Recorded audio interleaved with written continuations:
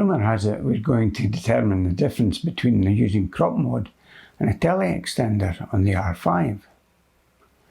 Let's look into that.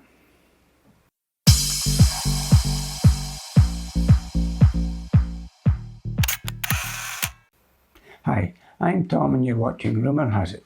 Please subscribe for camera news, rumour and informed opinion. It's free to subscribe and it helps the channel grow. And if you want to see more content like this, please give the like and subscribe button your support to let YouTube know that you appreciate the video. Today we'll compare the internal 1.6 crop function available in the R5 and R6 to see how the results stack up against using a tele extender. And we'll answer the question, should you spend money on a 1.4 extender when you could have gained 1.6 extra reach using crop mode for free? I set up the tripod in my garden, as in using the feeder and its surroundings, I'll be more certain to get repeatable shots in this environment. This is the process I'll be using. The first shot taken in each sequence will be with the 1.6 internal crop, plus the 1.4 tele extender on the RF 100-500 at 500mm. The second shot will be the 1.6 internal crop only. The third shot will be the 1.4 extender only. And the fourth shot will be no crop or extender, so native at 500mm. All shots were taken at 1/1250th of a second. Having imported the images to my Macbook, I'll use the screen capture on a 4K monitor to display the results. No noise reduction or sharpening has been applied. The images are straight from the camera, but cropped in post. This makes them a similar size on the screen. Let's cross over to that next section of the video now. The first sequence were taken approximately 18 metres away, and I attempted to capture a bird in the same spot on the fence next to the feeder. The first image obviously is the one with the tele extender and the internal crop. And you can see here it's quite noisy. The resolution on the bird itself is a bit soft. Is it a usable image? Possibly after running some processing. If I was to do noise reduction and sharpening, I could probably pull something out of that image. The second image is taken with internal crop only. And this is the 1.6 internal crop. You can see the background noise is less. It's softer looking noise anyway. The bird itself is a little sharper, and again, that's a usable image. I'm sure with some post-processing we could pull a usable image out of that. If I go to the third image, this is taken with no internal crop, but with the tele extender, the 1.4 tele extender. Not a lot to tell between the two of them, to be honest. Although this will be a 45 megapixel image, as opposed to the internal crop, which would take it to somewhere about an 18 megapixel image. Difficult to say. I think there is more detail on the bird. You can see some small hairs under the chin here, and in the feathers I would say there's a bit more detail there. Nice creamy background, and again a usable image. Unfortunately the lighting wasn't too good when I took these shots, so it's a bit of a dull day, but at least the light was fairly consistent across all the photos. If I go to the fourth image now, and this was taken with no tele extender and no crop. So the full 45 megapixels again, and again you can tell the detail on the bird is a lot better. This is at 500mm, and you can see on the robin here there's amazing detail, fine detail around. It's not showing the focus point here. I tried to get the eye in focus using eye autofocus on all the birds, but I don't know if it's actually pulled it off. It looks like the focus has been on the chest of the bird here. But again, a perfectly usable image. That would come up very well after post-processing. This is the second sequence, and this time it's of the blossom and the fruit trees. And these trees were about 7 meters away. And it tells the same story, really. The first image is with the crop internal and with the tele extender, and again you can see the problem with noise in the image. The second image here is with the tele extender only. Sorry, yeah, the 1.6 crop only, no tele extender. The third shot is with the tele extender only,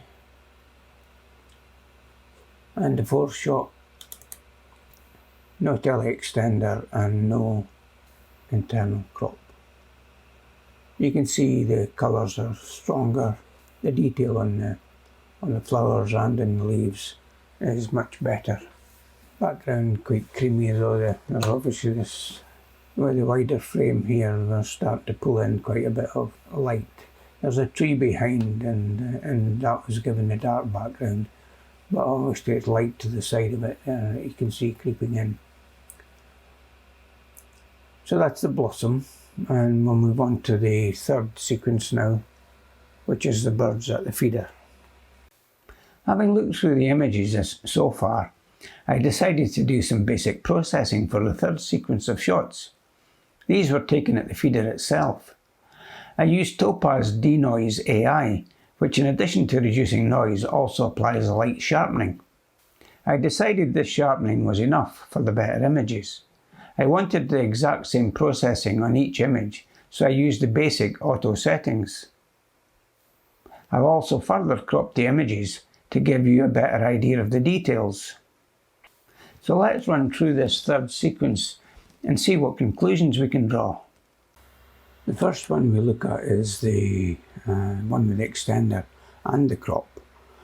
And you can tell in here, even with the noise reduction, there's not a lot of detail in the bird. Quite disappointed in this, actually.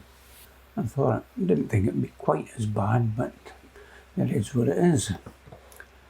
Now we go to the next one, which is the crop only with no extender. This one really surprised me.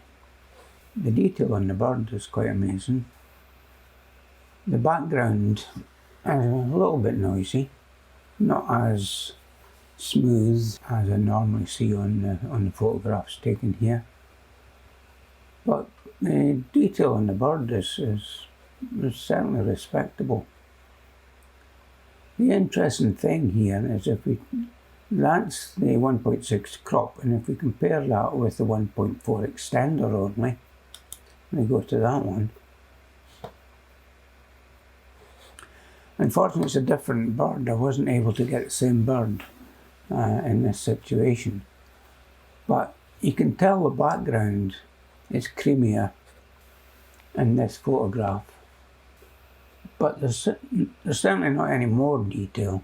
I mean, the bird's foot is moving here, so that could have meant there was a bit more motion in this shot. And that may account for the fact that the detail on the bird is maybe not as good. But when I looked at it in comparison to the internal crop only, the fact that it's an 18 megapixel photo, the result was actually quite good. Now to my eye, the background isn't as creamy. There's a lot more noise in it. And we'll go back to the extender version again. It could be that there's motion blur in this. Unfortunately, I've had a bit of difficulty trying to get enough photographs that are all similar birds and in the same location for this one, which is why I used the feeder. Obviously, there's a better chance then when I'm using the feeder. Now we go to the final one here. This is the 100 to 500 lens with no crop and no extender. And you can tell we've got the creamy background And we've got amazing detail on the bird again here, very sharp. All these shots were run through Topaz Denoise AI on the default settings. That's only difference this time round. The original photographs I showed you were straight out the camera. And this is certainly the quality that I've been expecting to get from my 100 to 500 around the bird table. So I'll go back to the studio now and we'll try and summarise that. I pulled together a spreadsheet of results with some comments and also key points to remember. The main takeaway comes down to whether you use one stop of light with the extender to gain 1.4 times reach, or whether you can use the lower pixel density of the 1.6 crop with the benefit of no additional glass in the image train.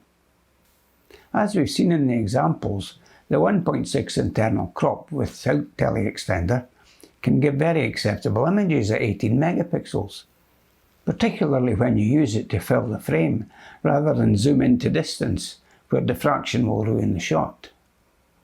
There are other benefits to the internal crop I've not mentioned yet, and that is you retain the full zoom range of the lens, as there's no adapter to restrict it to 300mm. As I've shown you in the last video I did regarding the adapter, and you'll find that here. In summary, the 1.6 internal crop will yield excellent results providing the subject is close enough and well lit, and you can pose the image in camera without resorting to large crops in post. Here are the two finished images. One has no additional reach and one has an internal crop of 1.6. What do you think? Can you spot the difference? Thanks for watching, Rumour has it. I hope you found this useful.